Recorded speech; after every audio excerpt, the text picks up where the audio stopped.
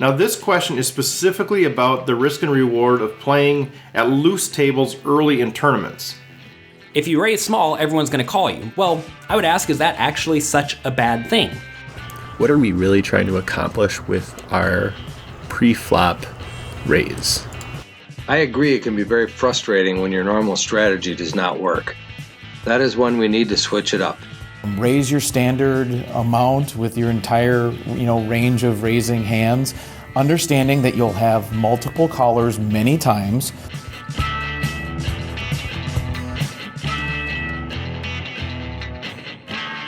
Well, greetings everybody. Welcome once again to the Rec Poker Podcast, officially sponsored by Running Aces Casino and Racetrack. I'm your host, Steve Fredland, and this is episode 72 already. So if you're brand new to the podcast, I know we've been growing in listenership. I would want to welcome you to go back, listen to some of the old episodes. We've done a lot of strategy, a lot of hand history, and for a period we did a lot of interviews with some local pros and some national pros. So I'd welcome you to go back and look at those either on your app, however you're getting your podcast now, or you can go to the Running Aces website. They're all out there as well, including the descriptions. That's at runaces.com/recpoker. Today we are going to look at pre-flop bet sizing when you have a loose table. So that's something that we encounter quite a bit in the lower buy-in tournaments, a lot of the weekly tournaments. So I think this is a good subject to address today. So we'll get feedback today from Jonathan Little with PokerCoaching.com, as well as a few other recreational players, Taylor Moss, Rob Washam, and Andy Kaplan. A couple of quick announcements. First of all, I've been convinced to play the Millionaire Maker out at the WSOP this summer. This is a $1,500 buy-in. It's a bracelet event. I'm playing a lot of the daily 235s and some other dailies out there, but I was convinced to go for the Millionaire Maker. Got a number of investors to support me in that. I do have 15% remaining available. I'm selling 5% chunks for $80 each, so I've got 3 of those available. If you're interested, hit me up. Also, patches. We're starting to see the patches go out the door. We're starting to see some pictures online. So if you want to wear a Rec Poker patch, I would appreciate that greatly. Get the word out about what we're doing. This week, we had pictures playing with the patches from Tony Sanchez and John Vensky. So that's great. Thank you guys for putting those out there. Also, we had a winner's photo. Chad McVean posted a photo of himself with the patch in a winner's photo. So he is now entered into the $50 drawing. We'll do one of those quarterly. So anybody that posts a picture wearing the patch or having the patch in a winner's photo will be entered into that quarterly drawing for $50. Otherwise, just wear it, take pictures, tag us on Twitter or Facebook. That would be great.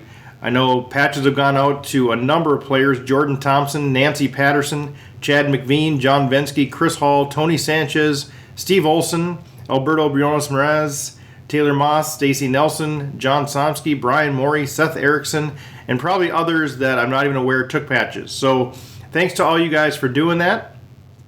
Also, one more announcement. For those of you who are going out to Las Vegas this summer to play in the World Series or do some other things out there, if you are a U.S. military veteran, one of our listeners, George Sanford, wanted to make sure that you were aware that there are cards that you can get that will give you great discounts and great deals on things like parking and shows and some other stuff. For example, all MGM properties, you can get complimentary self-parking and other Pearl level benefits. You can get free valet service at Planet Hollywood, and it automatically covers your spouse also. They must also apply for the card, but your veteran status will also cover your spouse. You need to bring some proof of your serving, your DD-214 or your VA card. But that's a great benefit that George just wanted to make sure that everybody was aware of. So thank you, George, for that, and good luck out there this summer. Okay, let's give a quick thanks to our official sponsor, Running Aces, and then we'll come back. Running Aces Casino and Racetrack has the best poker room in Minnesota, featuring 24/7 promos on all cash poker games, including earning $2 per hour in comps, plus the most player-friendly tourney structures. Visit runaces.com for daily promotions and the tournament calendar. Running Aces Casino and Racetrack, the official sponsor of rec poker. Okay, so pre-flop bet sizing at a loose table. Now this is my question, so I really don't have any more answers than I do have questions. This is one that I've struggled with a bit, and so I'm looking forward to what Jonathan and the rec players are going to say about this.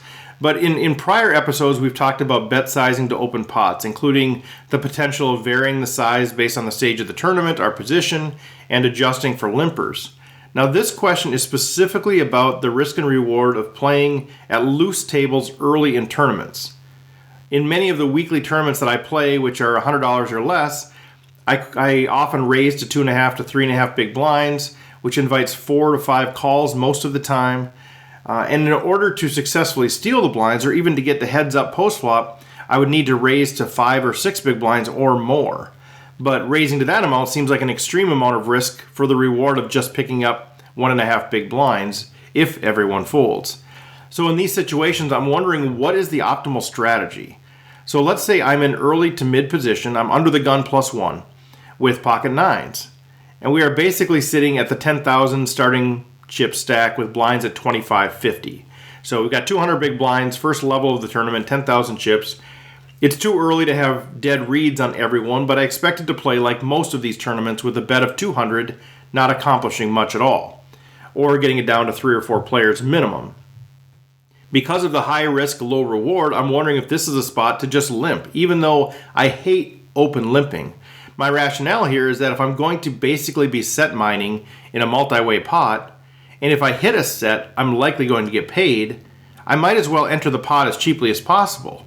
And if there's a raise after me, I could consider 3-betting against certain opponents, or at least to isolate them.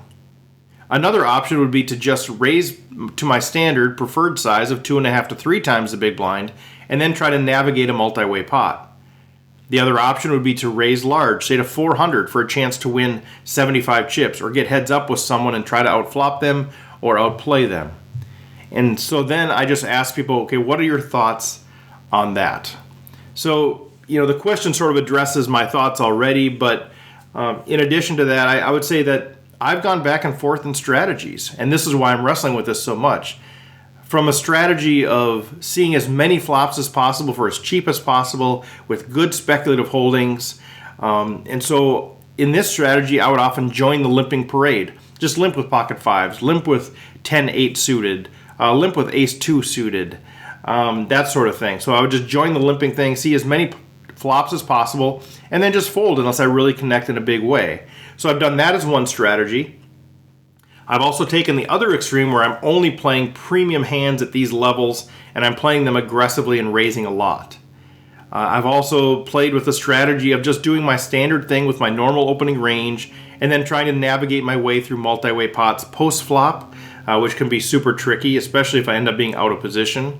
And more recently, I've been doing sort of a combination of playing premium hands only in early position and playing them pretty aggressively, and then in the later positions with more speculative hands being more passive in terms of opening and limping and just calling behind.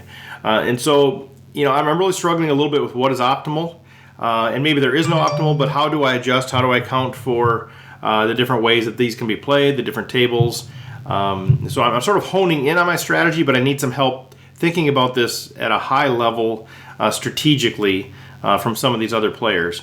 I definitely want to get into hands early because there's so many mistakes that are made, but I also don't want to be just pilfering away chips with hands that could have negative implied odds. Or what I find myself is I get married to pocket sevens. I raise with pocket sevens, get 4 callers. The flop is 10-4-3 rainbow. And somebody makes a bet, and I've got second pair, so I call, and I end up calling a couple streets, and I either have to fold or I lose at showdown, and I lose 10 to 20% of my stack early in a tournament with a very marginal hand. So the question was really how do I think about these things? Hopefully we'll get some good insights, not just that one specific scenario with pocket nines, but what are the theories behind these things. So I really look forward to hearing from the Rex. And if you have any thoughts on this, feel free to put them out there on Facebook or Twitter. Or if you want to be part of the group of players that are sending me audio clips, shoot me an email, stevefredland@gmail.com, or mention me on Twitter or something, and we'll connect. And maybe there's a way that we can get you involved as well, because I think the more input we get, the more we all learn from each other. So with that, let's hear from Jonathan Little of PokerCoaching.com. And then after that, we'll take a quick break to hear from Running Aces and come back and close with thoughts from our recreational players, Taylor Moss, Rob Washam, and Andy Kaplan. Hello everyone, this is Jonathan Little of PokerCoaching.com, and today's question is basically, in the small stakes games, people raise bigger. And in general, whenever you raise to a quote-unquote normal size, like 2.5 to 3.5 big blinds, you'll get a lot of callers. Now, the question is that necessarily a bad thing? The question posed was, say you have under the gun +1 with pocket nines. If you raise small, everyone's going to call you. Well, I would ask, is that actually such a bad thing? If you raise to something like 150 at 25.50 and get 7 callers, and the flop comes king, queen, 4, you just check fold. Say it comes 8-6-2. Well, you have an overpair, that's pretty good, but you're going to have to play intelligently. And I think what happens to a lot of people is they simply do not know how to play very well after the flop. And this happens to even a lot of good players because there aren't really a ton of programs to use to try to figure out how aggressively you should be fighting for these very multi-way pots. But imagine you raise and 5 people call you with your pocket nines. If you win this pot 1 in 5 times, you're going to profit, right? Or 1 in 6 times because there's 6 players in the pot. And it's not that hard to win 1 in 6 times with pocket nines. You're probably going to win like 23% of the time or something like that. Also, when you make a set, you're going to be way more likely to get paid off if you have 5 players in the pot as opposed to 1. Also, early in the tournament, winning the blinds is not actually that relevant because it's a tiny increase to your stack. So that's also not a big deal. You may think that if you make it, let's say 6 big blinds, maybe you'll get only 1 caller, then you can play from there. The problem though is that when you make it so big, your opponents are going to start calling you with mostly pretty good hands. And you'd much rather take 9s against a wide range of garbage than a tight range of premium hands. So making a smaller raise will accomplish that. I think what it really amounts to, though, is that you have to become okay with losing pots. From commentating a lot of small stakes games, it seems very clear that most people want to either play for no money or for all of their money, and that's it. They're not really concerned with fighting for small pots and not really playing for all their money. They're not comfortable with losing 25% of their stack in a hand. They would rather lose all of it or none of it. And that's just something you have to deal with. Also, the other question was, well, what if we have 9s? Well, 9s is one of the very specific hands that would often like to either get heads up or see it really multi-way. That said, you often don't want to necessarily play your specific hand. You want to play your whole range. So imagine you have 8-7 suited. You'd certainly like to have 5 callers because that's just a very clear implied odds hand. Same thing if you have ace-x suited. Just a very clear implied odds hands. You're trying to make the nut flush or 2 pair. When you have aces, maybe you think you'd like to make your opponents fold, but anything they fold whenever you have aces is just drawing really, really thin, and you definitely want to keep your opponent in when they're drawing thin. So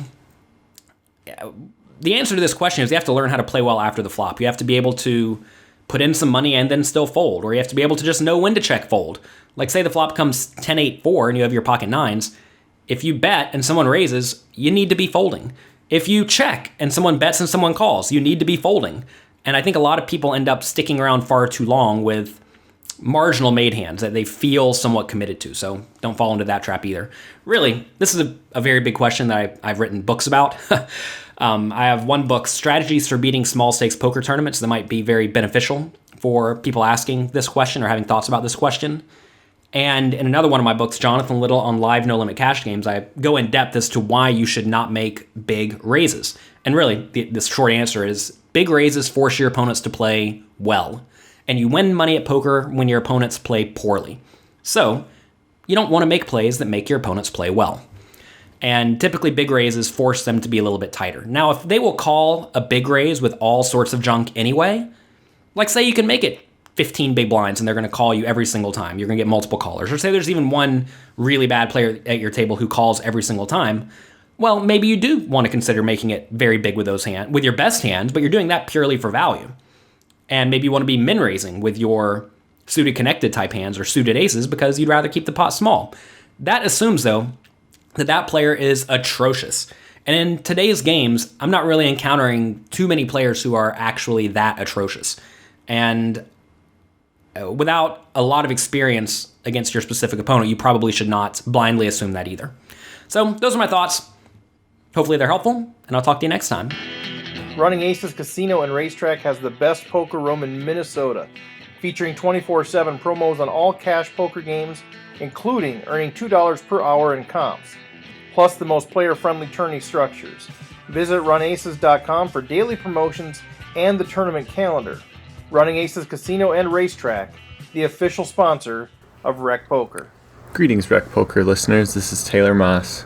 Today we're talking specifically about pre-flop bet sizing when we're at a loose table.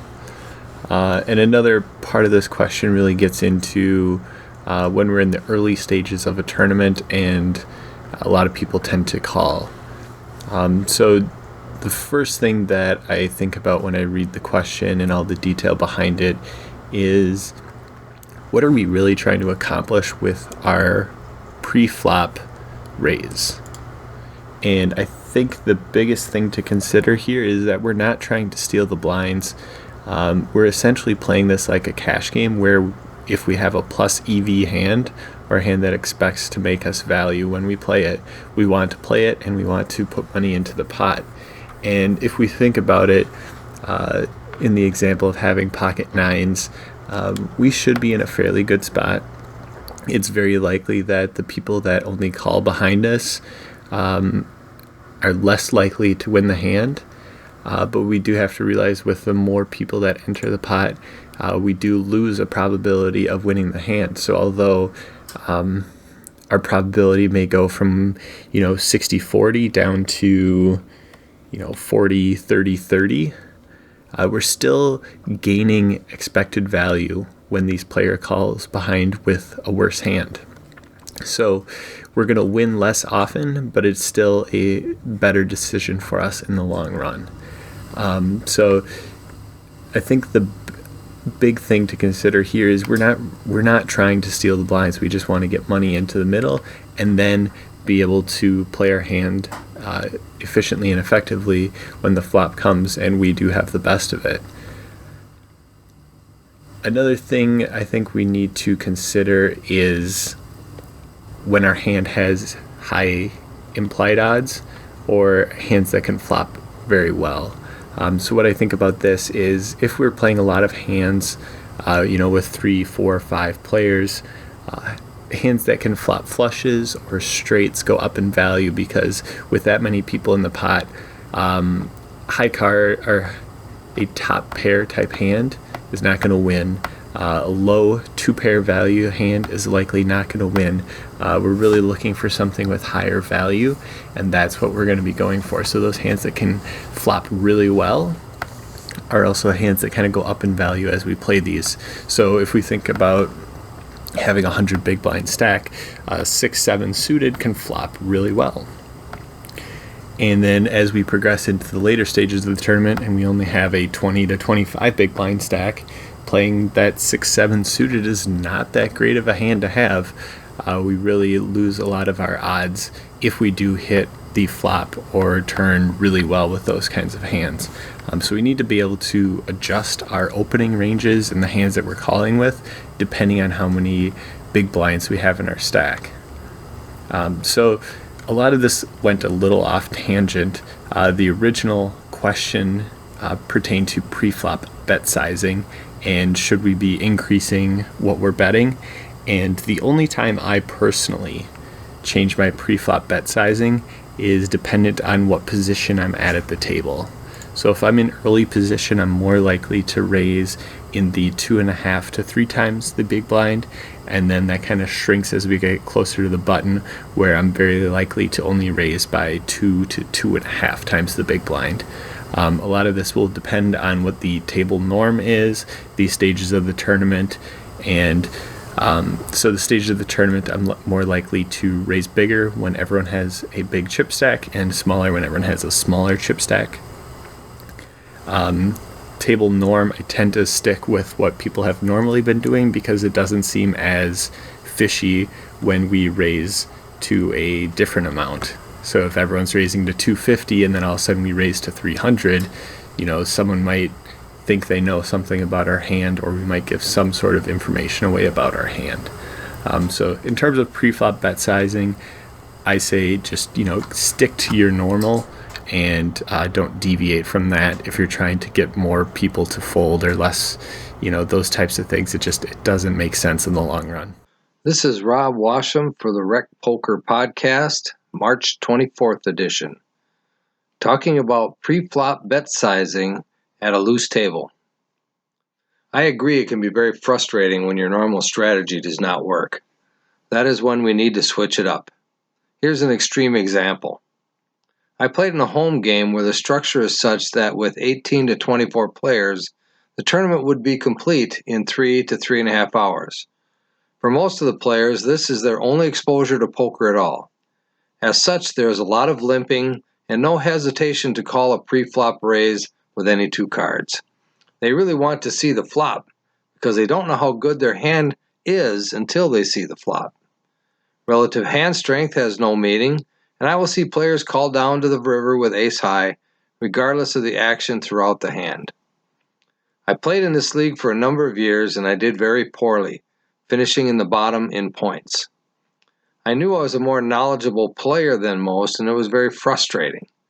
I finally developed a strategy I thought might work. I decided to limp with my entire opening range and looked to trap the limpers and passive callers. If anyone showed aggression, I would get out of the way unless I held a monster. I ended up dominating the league that year and finished first place in points. I developed a strategy that worked specifically for that group of people. You won't normally see this level of player in a casino game, but in the early stages of a daily tournament, you will see some of the inexperienced players playing this way. I would try to gauge the level of players at the table to determine whether a limping trapping strategy would work better than our standard open raising strategy. Another strategy to consider is to construct open raising ranges and open limping ranges for the early levels of these tournaments, when you're sitting on 100, say, to 200 big blinds. Take the range of hands you would normally open raise and break it into two groups. For example, pairs below Jack would be in your limping range, and Jacks plus would be in your open raising range. Consider the same with suited connectors. Maybe 5-6 to 10-9 suited would be in your limping range, and Jack 10 suited and better would be in your open raising range. You could do something similar with broadways.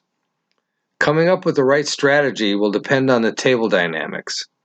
We've all been taught that open limping is a bad strategy, and that is true. In the early stages of these low buy-in weeklies, open limping may be the way to go. Talk to you next week. Hey, it's Andy Kaplan, Rec Poker player for the Rec Poker Podcast. Interesting situation this week. I'll admit I've struggled with this quite often, and I love this specific example that Steve has with the pocket nines.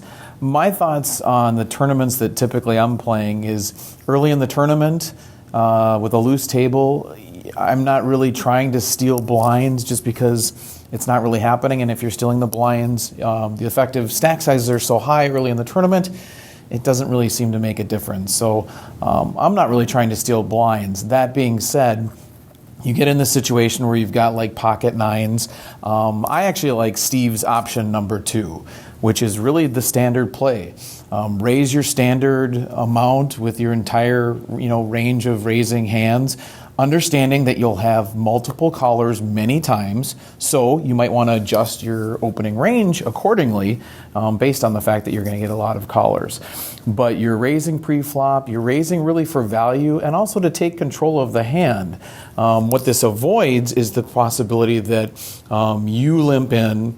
It encourages other people to limp in, and now you've got a late position player that's probably smart enough to know he's going to raise big. And when he raises big, now you're in a tight spot. You either need to fold a hand that flops well multi-way, or you're going to be stuck calling a big bet and possibly ending up with being heads up against a hand that you really would much rather play multi-way. A hand like pocket nines where you're really looking to flop a set. In essence, you're going to be in a multi-way hand post-flop either way, you might as well have the advantage of being the pre-flop raiser in this situation and understand you're going to probably be playing multi-way and play accordingly. That's my thoughts. It's Andy. Thanks. Okay, so that's it for today. Thanks so much to Jonathan Little as well as our recreational players who gave feedback. Hopefully this was an episode that y'all enjoyed. I know I'm going to be learning a lot from this. Make sure to tell other people about the Rec Poker Podcast. We continue to break our own records each month, but we want to continue to see this grow. The more influence that we get through our listenership, what that's going to do is it allows us then to attract others who might be willing to give input, some other big names who are maybe willing to do that as we get a certain size of listenership. So the more that we can grow this thing, the more that we can get even better input, the more that we can become even better players and continue to grow the game and help us build confidence to move from the stakes that we're playing to even higher stakes. So take a second, like it, retweet it, whatever you want to do. Let people know about what we're doing. If you want to wear a patch, we have both the adhesive as well as the sew-on patches. Let me know about that. If you're already wearing them, take your picture playing a tournament, and certainly if you get posted in a picture of a winner's picture, make sure you tag us on that and let me know about that so we can get you in that drawing for $50. And also, if you have any interest in backing me in the Millionaire Maker, I've just got just a couple of pieces left. Feel free to reach out to me on that. Otherwise, any other feedback, topic suggestions, hand situations, let us know through Facebook, Twitter, or even email me, stevefredland@gmail.com. I'm getting a lot of great hand scenarios coming in, a lot of great thoughts for future ideas, so appreciate the feedback. And if there's anything that you want us to see done different, please let me know, because we don't know unless we're told. So with that, I will chat with you next week.